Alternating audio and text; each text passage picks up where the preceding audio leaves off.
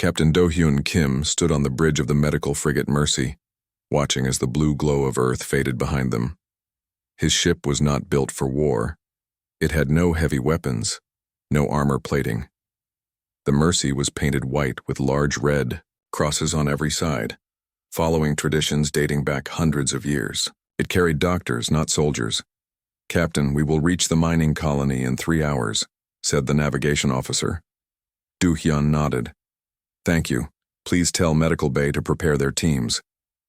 The asteroid mining colony had sent an urgent call for help. A strange illness was spreading among the 2,000 miners. Earth Space Corps had sent the Mercy right away.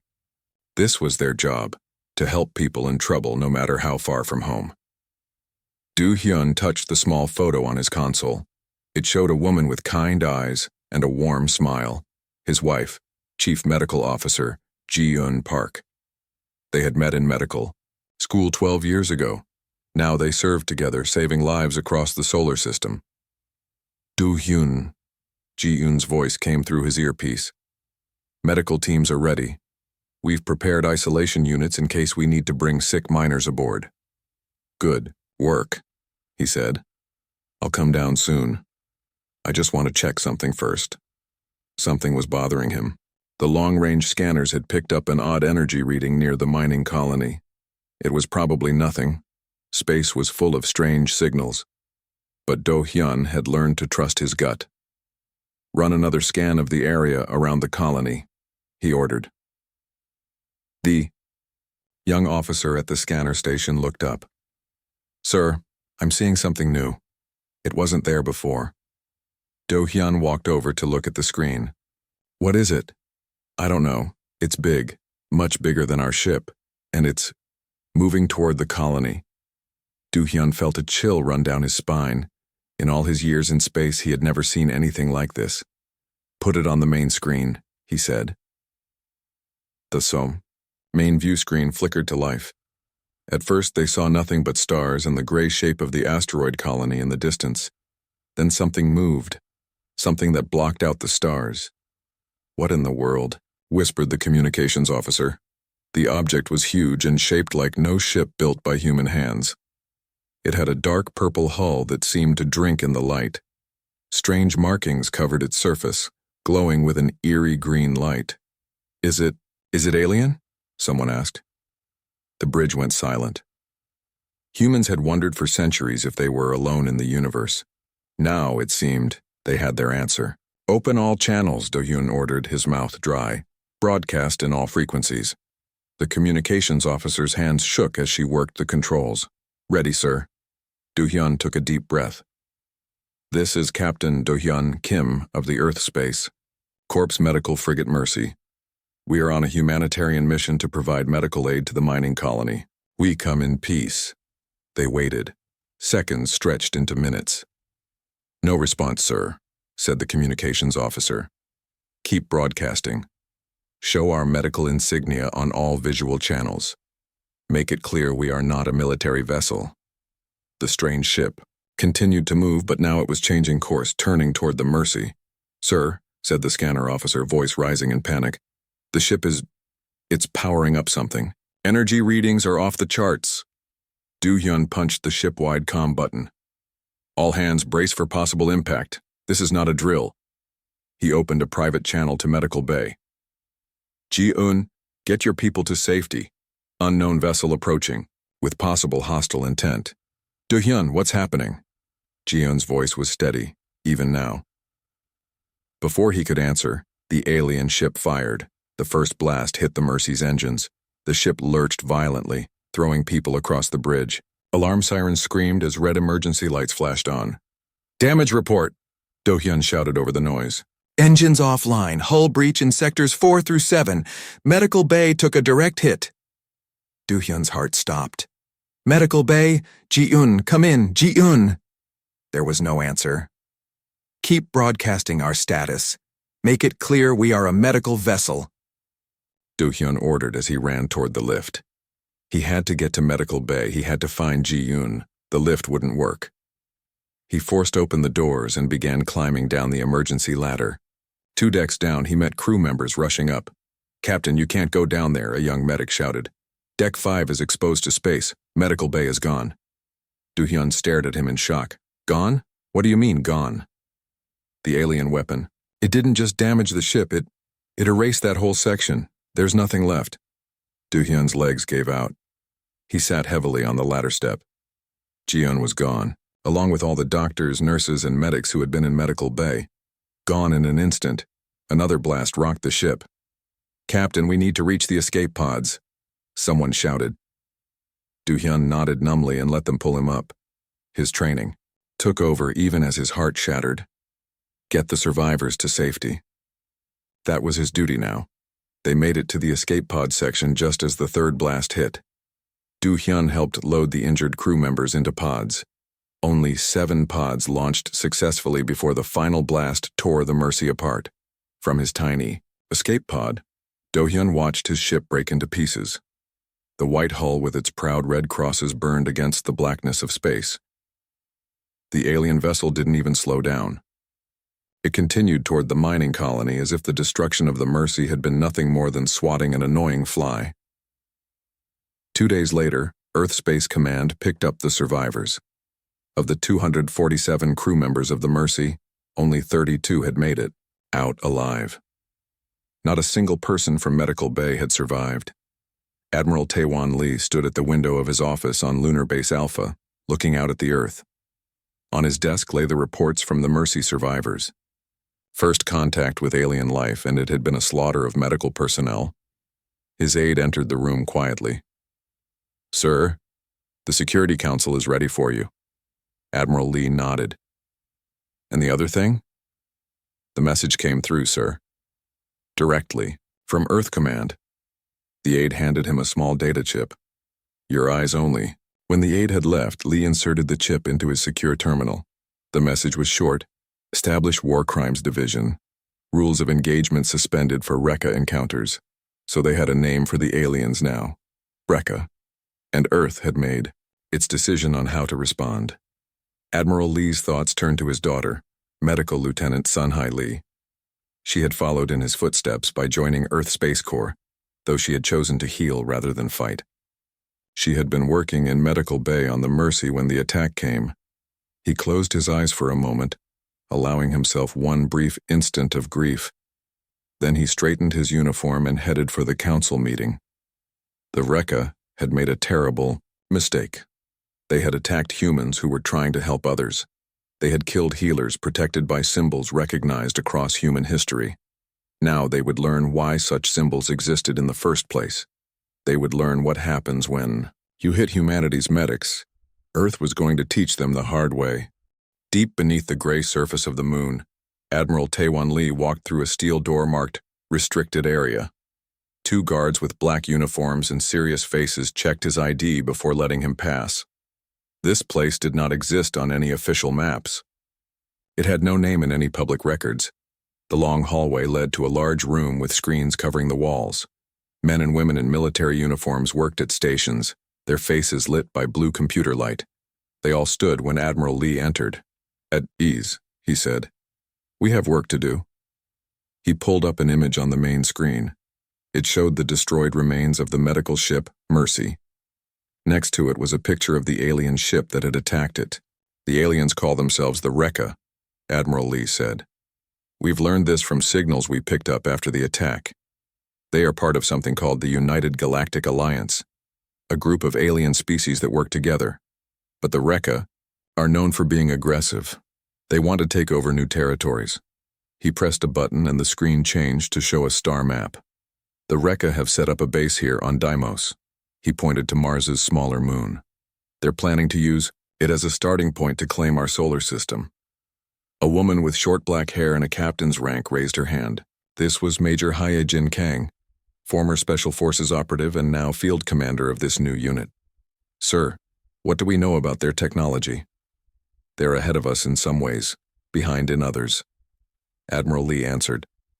"Their ships can travel faster than ours. Their weapons are more powerful, but from what we can tell, their medical technology is less advanced." "That makes sense," said a man in a lab coat instead of a uniform. Dr. Sung-Min Choi had dark circles under his eyes from working long hours. If they don't value medical personnel enough to avoid shooting at a clearly marked hospital ship, they probably don't put much importance on healing. Admiral Lee nodded. That's where we have an advantage. Dr. Choi, tell them about your work. Doctor. Choi stood up and walked to the front of the room. For years, I've been researching how to adapt medical technology for other uses. My work was considered too extreme before. Too dangerous, but now. He pulled up images of small robots the size of dust particles. These are medical nanites. They were designed to go inside the human body and fix injuries, repair damaged cells, stop bleeding, but with some changes to their programming, they can do other things. The room was quiet as everyone understood what he meant. The tools meant to save lives could be turned into weapons. Captain Jun-Ho Park spoke next. He was the brother of Jeon Park, who had died on the Mercy. His voice was steady, but his eyes showed his pain. My sister was chief medical officer on the Mercy. She spent her life learning how to heal. The Rekka killed her for it. He looked around the room. I've been studying everything we know about Rekka tactics. They always target medical units first in battle. It's their standard practice. A young woman with intelligence officer insignia raised her hand. This was Lieutenant Soo-yeon Yoon. I can confirm that, she said. From the communications we've intercepted, the Rekka consider medics to be high-value targets.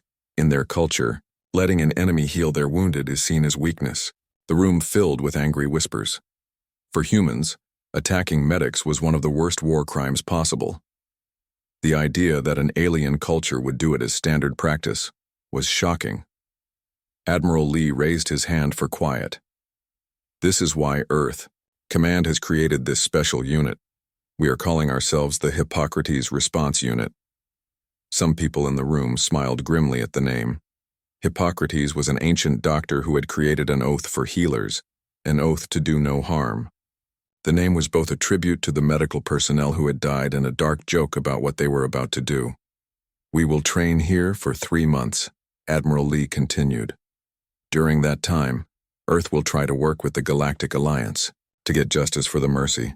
But based on what we know of the Rekka and how the other species tolerate their behavior, I don't expect much from diplomacy. He looked around the room at the faces of the people who would make up this new unit. They were Earth's best. Soldiers, scientists, tacticians, all brought together for one purpose. Lieutenant Yoon will lead our intelligence team. They'll work on breaking Rekka codes and tracking their movements. Soo-yeon nodded, her young face serious. Dr. Choi will head the science division. They'll work on adapting our medical technology for combat use. The doctor's eyes gleamed behind his glasses. Major Kang will be our field commander. She'll train the strike teams. Hyejin stood at attention, her posture perfect. And Captain Park will be second in command, focusing on tactical planning. Junho's face showed no emotion, but his hands were tight fists at his sides. For the next 3 months, they worked harder than they ever had before. Major Kang pushed her soldiers through training scenarios based on what they knew about Rekka, physiology, and fighting styles. Dr. Choi rarely left his lab, testing new weapons that had once been healing tools. Lieutenant Yoon and her team broke Rekka codes and learned their language. Captain Park studied every piece of information about Rekka military tactics. While they trained, special factories built new ships in secret. These ships used technology, reverse-engineered from pieces of the Rekka vessel that had attacked the Mercy. They were smaller than regular Earth ships, but faster and harder to detect. Admiral Lee spent most of his time in meetings with Earth government officials. On the surface, Earth was trying to work with the Galactic Alliance. They sent messages asking for the Rekka to be punished for attacking a medical ship. But the Alliance's response was weak. They called it a regrettable cultural misunderstanding and offered sincere sympathies. 3 months after the destruction of the Mercy, Admiral Lee called the unit together. The diplomatic approach has failed, he said. As expected. The Alliance considers the Rekka's habit of targeting medical personnel to be a cultural difference that should be respected. He looked around the room at the faces of his unit. I received our final orders today. Earth Command has authorized the Hippocrates Protocol. He showed them the exact message on the screen. Hippocrates protocol engaged. Show them exactly what happens when you target healers. Major Kang stood up. What are our objectives, sir? The primary target is the Rekka outpost on Deimos. We want to make a statement, show them exactly who they're dealing with. Admiral Lee's voice was cold. After that, we'll target their military installations throughout the solar system. We hit them hard, we hit them fast, and we make sure they understand why. Rules of engagement? Asked Captain Park. Suspended for Rekka targets, Admiral Lee said quietly. But we maintain our own standards. No civilians, no unnecessary suffering. We are not like them. Dr. Choi stepped forward. The weapons are ready. The nanites have been programmed to target Rekka nervous systems. Death will be quick but instructive. Lieutenant Yoon added. My team has prepared messages in the Rekka language explaining exactly why they are being targeted. They will know this is about the Mercy. Admiral Lee nodded. We launch in 24 hours. I want everyone rested and ready. As the meeting ended, he called Major Kang to stay behind. Hyejin, I have special orders for your team. He handed her a datapad. Your strike force will wear these. The screen showed combat suits with a new design. Each one had a medical cross symbol prominently displayed on the chest and shoulder. Sir? Major Kang looked confused. I want them to know exactly who is coming for them, Admiral Lee said. I want them to see the same symbols they saw on the Mercy right before they die. Major Kang nodded slowly, understanding. Yes, sir.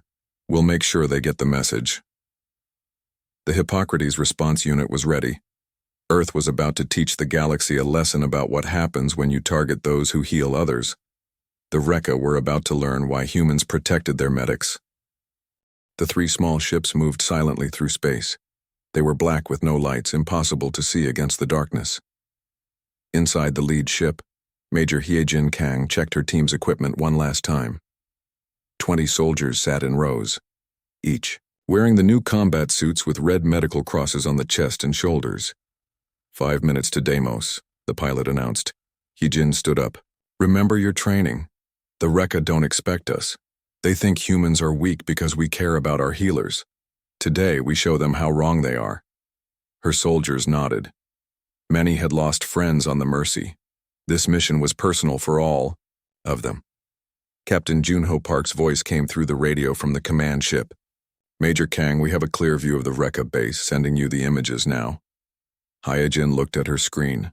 The Rekka outpost was built into the surface of Deimos, Mars's smaller moon. It looked like a cluster of purple domes connected by tunnels. She could see Rekka moving around, unaware that humans had found them. I count about 200 Rekka, Junho continued. Most are in the main dome. Their sensors are aimed at Mars and deep space. They're not looking behind them. Perfect, Hyejin said. Team 1 will enter here at the smallest dome. Team 2 will set up the jammers to block their communications. No one calls for help. Dr. Sungmin Choi's voice joined the conversation. Major, remember that the nanite weapons must be activated within 50 meters of the target. Understood, Doctor, Hyejin replied. We'll get close enough. The ships landed silently on the dark side of Deimos, far from the Rekka base. Hyejin led her team across the moon's surface in long, low jumps. Deimos had very little gravity, which made moving easy but also dangerous. One wrong move could send you flying into space. Lieutenant Yoon, are you in their systems? Hyejin asked through her radio.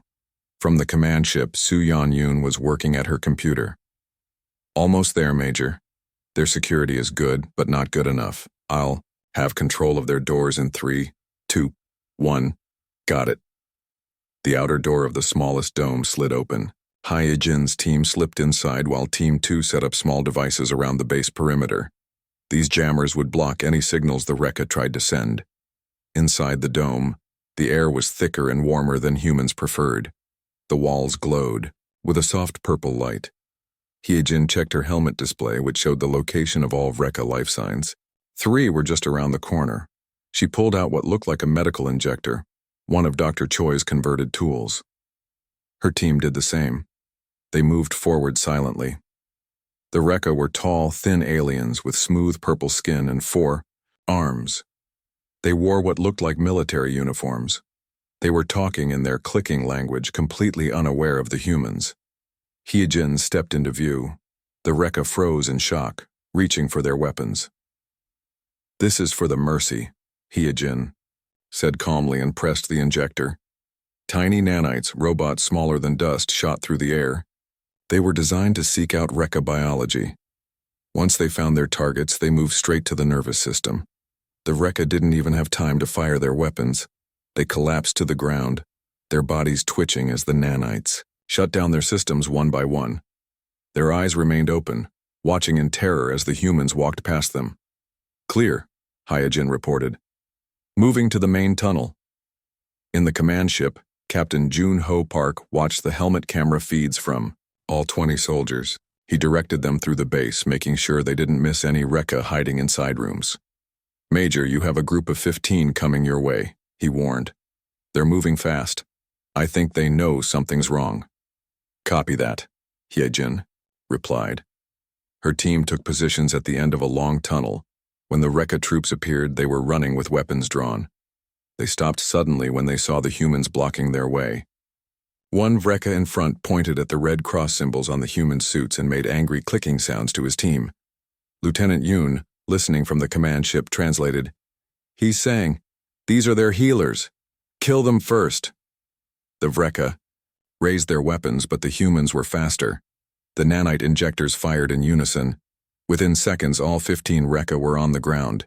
Hyejin knelt beside the leader, who was still conscious but unable to move. "We are not healers," she said slowly, knowing that Lieutenant Yoon was translating her words through the suit's speakers. "We are what happens when you kill our healers." The team moved deeper into the base. Some Rekka tried to fight. Others tried to hide. None escaped. The nanites found them all. In the command ship, Dr. Choi monitored the effects of his weapons. "The nanites are working perfectly," he reported to Admiral Lee, who was watching the operation from lunar base. "Phase 2 is ready whenever you give the order." Admiral Lee nodded. "Proceed with Phase 2. Hyejin's team reached the main dome.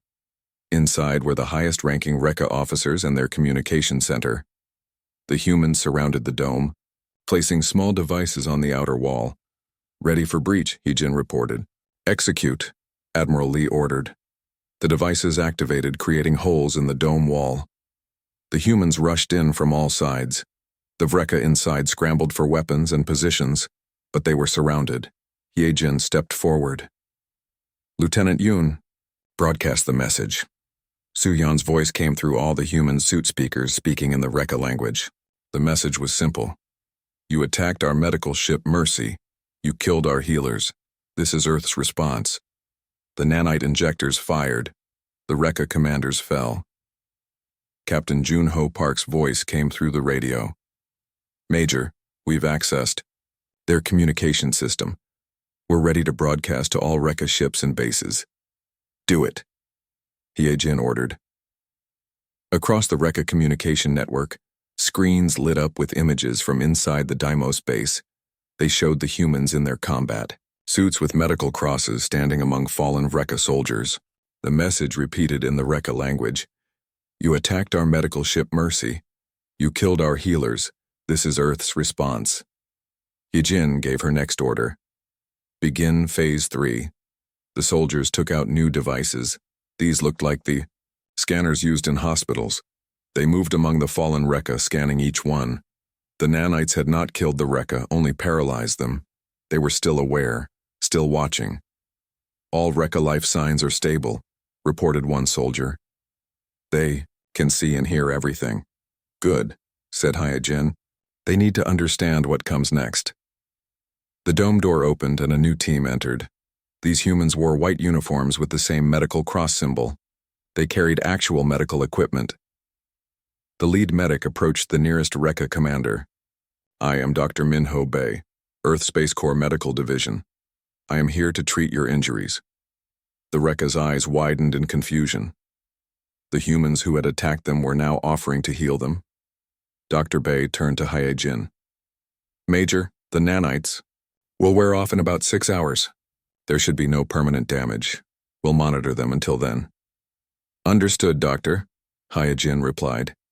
Keep broadcasting everything. The Rekka across the solar system watched in shocked silence as the human medics treated their fallen soldiers.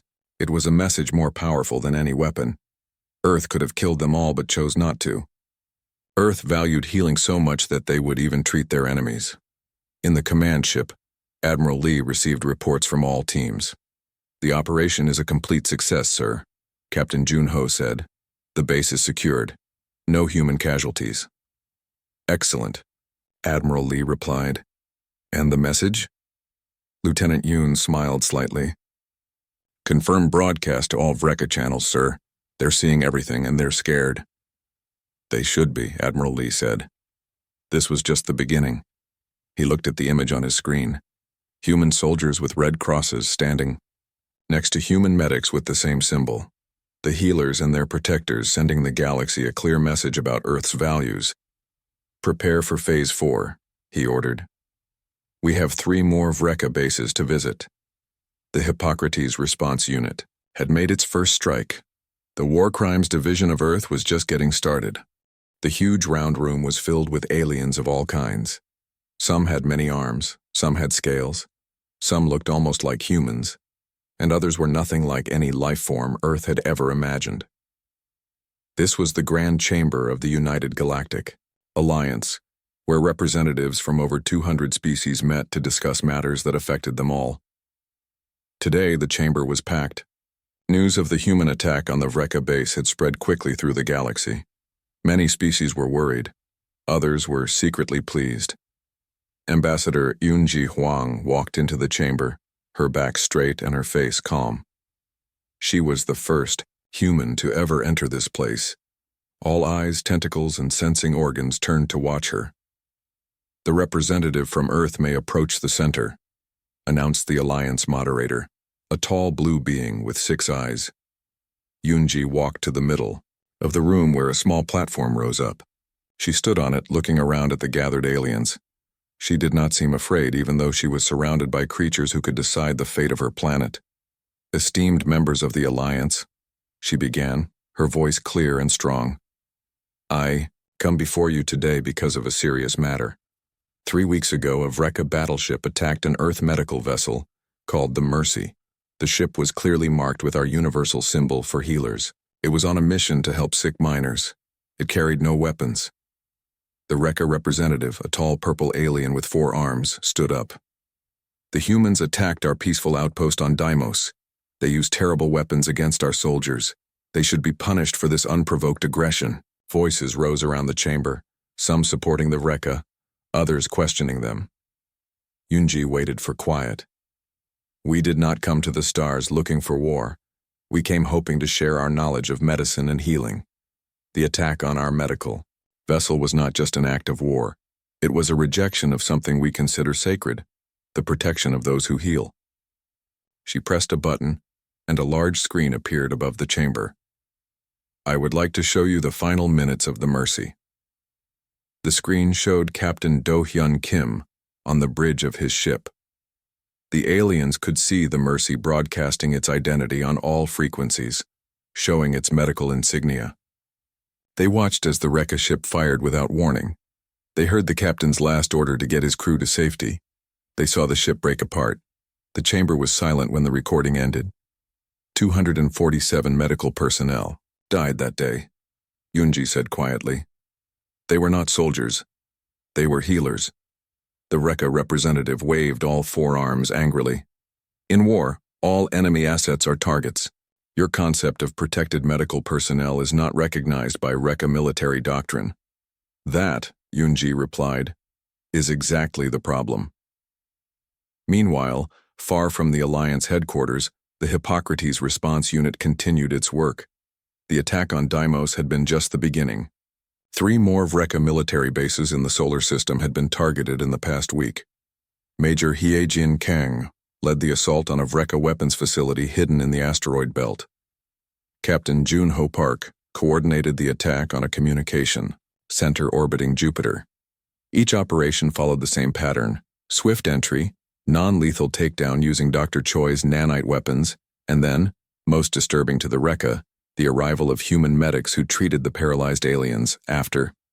Each mission, Lieutenant Su-Yun made sure the footage was broadcast across all Rekka channels. The message was always the same. You attacked our healers.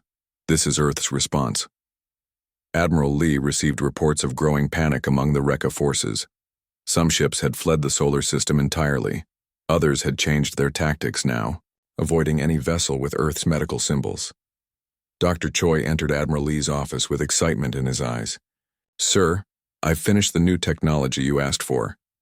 He placed a small device on the desk. It looked like a silver disc with a glowing blue center. "This combines our medical stasis field with some temporal manipulation," Dr. Choi explained. "When activated near a target, it creates a bubble where time moves about 1,000 times slower than normal." Admiral Lee picked up the device, examining it. "So, from our perspective, the target appears frozen," Dr. Choi finished. "But they're not harmed in any way, they're just paused. We can remove them from battle without killing them." Admiral Lee nodded slowly. "Perfect.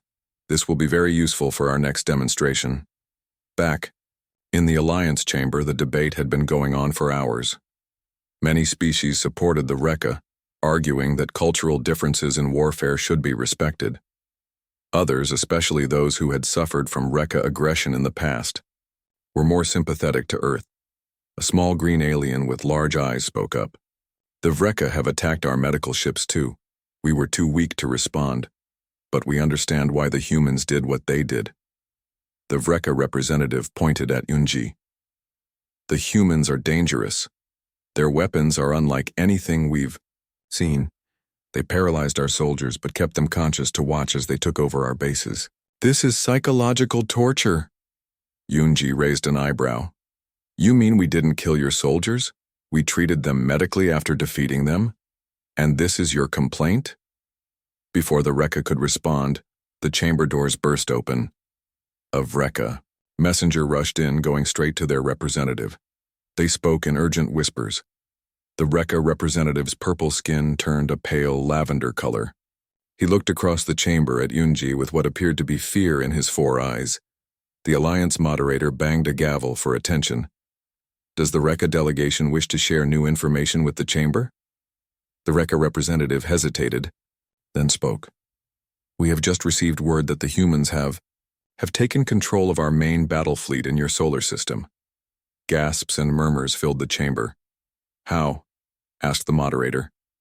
"How many human ships were involved?" "One," the Rekka admitted, his voice barely audible. "One small ship approached our fleet. Our ships fired, but their weapons didn't work. Then the human ship sent out some kind of energy field. Our entire fleet, 27 warships with over 8,000 soldiers, is now frozen in space." The chamber erupted in shocked voices. Many species began talking at once, some in fear, others in amazement. Yunji's communication device beeped. She looked at it and smiled slightly. "If I may," she said, raising her voice above the noise. The room gradually quieted. "I've just received a message from Earth Command. The Rekka fleet has indeed been contained using our new temporal stasis technology. No Rekka have been harmed. The ships and crews are simply paused." She looked directly at the Rekka representative. "The stasis field will be removed when the Rekka agree to recognize and respect the protected status of medical personnel in conflict situations." The Rekka representative's 4 hands trembled. This is unprecedented. You cannot force your cultural values on us." An old alien with wrinkled blue skin and wisps of white hair stood up. He was from one of the oldest species in the Alliance. "Actually, young Rekka, that is exactly what is happening. The humans have found your weakness. You do not value healing as they do, and they have shown they can defeat you because of it." Around the chamber, more representatives stood, one by one.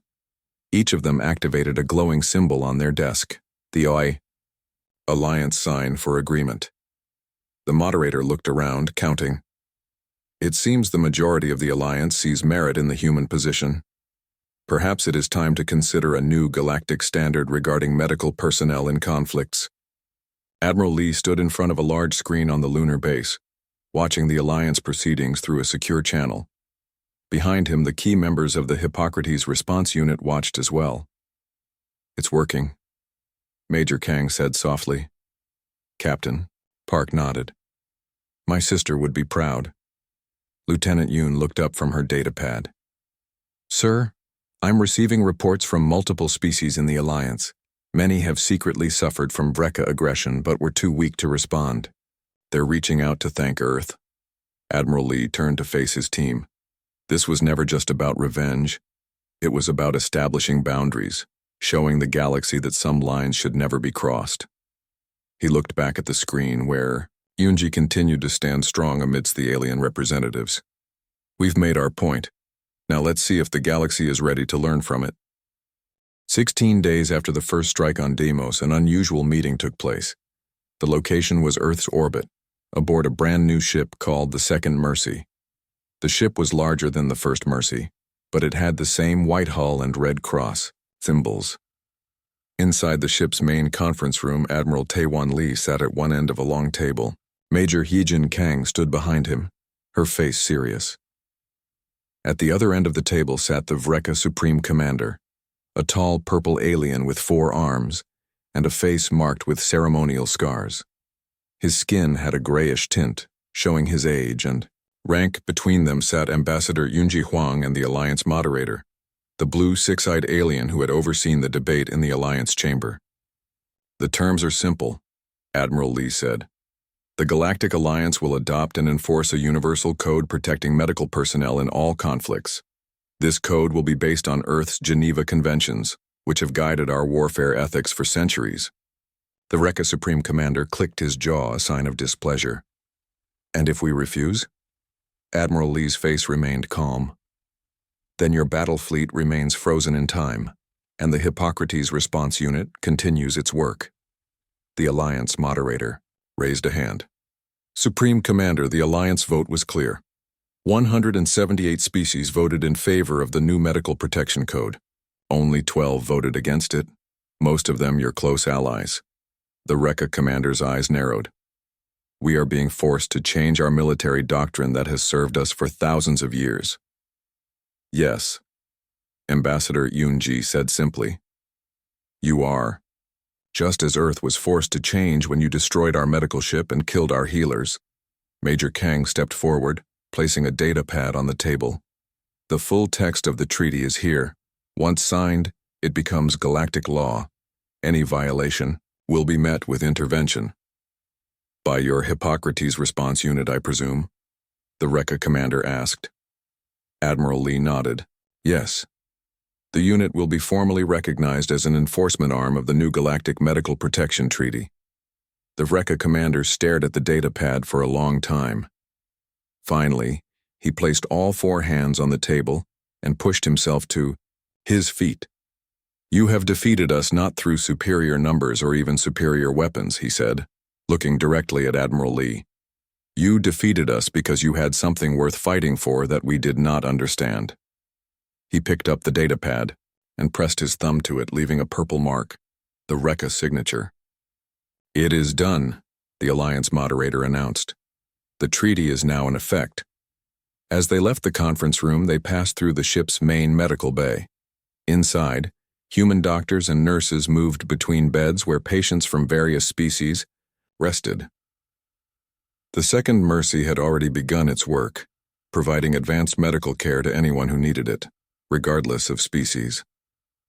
At the far end of the medical bay stood a wall with small lights glowing softly. Each light represented one of the 247 crew members lost on the First Mercy.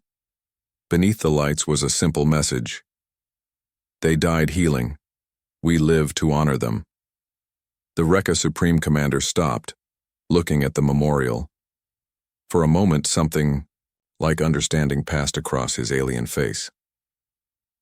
3 months later, Captain Junho Park stood on the bridge of the Second Mercy. As the ship's new commander, he had just finished a successful mission treating victims of a mining accident on a distant planet. "Captain, we're receiving a message from Earth Command. his communications officer said. Junho read the message on his screen and smiled. Set course for the Andromeda sector. There's a Rekka colony there suffering from a viral outbreak. They've requested our help. In his laboratory on the lunar base, Dr. Sungmin Choi looked at the team of scientists around him, both human and alien. They were working together to adapt his medical nanites to treat diseases across different species. The temporal stasis technology has been fully converted back to its original purpose, he told a visiting Admiral Lee. We're using it to preserve critically injured patients until they can receive proper treatment. The Admiral nodded approvingly. And the weaponized versions, secured in Earth's arsenal, Dr. Choi replied. But I hope we never need to use them again. Lieutenant Su Yun sat in her office, surrounded by screens showing messages from across the galaxy. Since the treaty was signed, many species had reached out to Earth seeking alliances, trade agreements, and cultural exchanges. I found something interesting in the data, she told Major Kang, who had stopped by to visit. Many species secretly admired humans not for our vengeance but for having principles worth fighting for. He-Jin raised an eyebrow. What do you mean? In a galaxy where most species do whatever is practical, we showed something rare. We were willing to fight for an ideal even across the stars. Su-Yan gestured to one screen that showed a map of new medical stations being built throughout Alliance space, many using Earth designs. They're copying our medical symbols now, He-Jin noted. Yes, Su-Yan said. The Red Cross is appearing on medical facilities across the galaxy. It's becoming a universal symbol for protection. Admiral Lee stood at the window of his office looking out at Earth. On his desk was a new assignment. The Hippocrates Response Unit was being reorganized. While it would remain ready to enforce the Medical Protection Treaty if needed, its main focus was shifting to humanitarian missions. He picked up a framed photo. His daughter, Medical Lieutenant Sun-Hai Lee, who had died on the Mercy. We did it, he whispered to the picture. They understand now. His aide entered with a data pad. Sir, the Alliance has approved the expansion of the Medical Protection Program. 10 new ships like the Second Mercy will be built over the next year. Admiral Lee nodded. And the Rekka? They've assigned personnel to train as medics under human teachers. Their first medical ship launches next month. This surprised the Admiral. I never expected them to embrace the concept so quickly. According to Lieutenant Yoon's sources, the Supreme Commander told his people that the humans had shown them a better way to fight, by healing instead of harming. Later that day, Admiral Lee visited the memorial for the Mercy crew at Earth Space Corps headquarters. Hundreds of family members had gathered for the anniversary of the attack. Among them were faces from many alien species, representatives, paying their respects. A young Rekka approached the Admiral cautiously. Admiral Lee, he said in careful human language, I am Trekken, son of the Supreme Commander. I have come to tell you that I will be on the first Rekka medical ship. I will help carry your daughter's legacy to the stars. For a moment, Admiral Lee could not speak. Then he extended his hand, a very human gesture. After a slight hesitation, the young Rekka took it in one of his 4 hands. Nearby, Ambassador Yunji Huang watched with satisfaction. She turned to the Alliance moderator who had accompanied her to the memorial. When we first came to the stars, we thought we would teach the galaxy about medicine, she said. Instead, we had to teach it about war crimes. The moderator's 6 eyes blinked slowly. Perhaps that was the necessary first lesson. You showed us that some principles are worth defending, even across different worlds and cultures. As the second Mercy prepared to depart Earth orbit on its next mission, Captain Junho Park addressed his crew. 1 year ago, we lost the Mercy and everyone aboard her, including my sister. The Rekka thought targeting healers was a sound military strategy. He looked around at the faces of his crew, humans and several alien species working together. We showed them it was the worst mistake they could make. He gestured to the view screen which showed dozens of ships from various worlds, all marked with the Red Cross symbol. Now the galaxy knows. Earth protects those who protect life, and that protection extends to all species everywhere. The Second Mercy moved away from Earth, its white hull gleaming in the sunlight. It carried with it not just medicine and healers, but a new understanding that had spread across the stars. Some things are sacred, even in war, and those who violate that principle would face humanity's judgment. Earth had unleashed its War Crimes Division and changed the galaxy forever.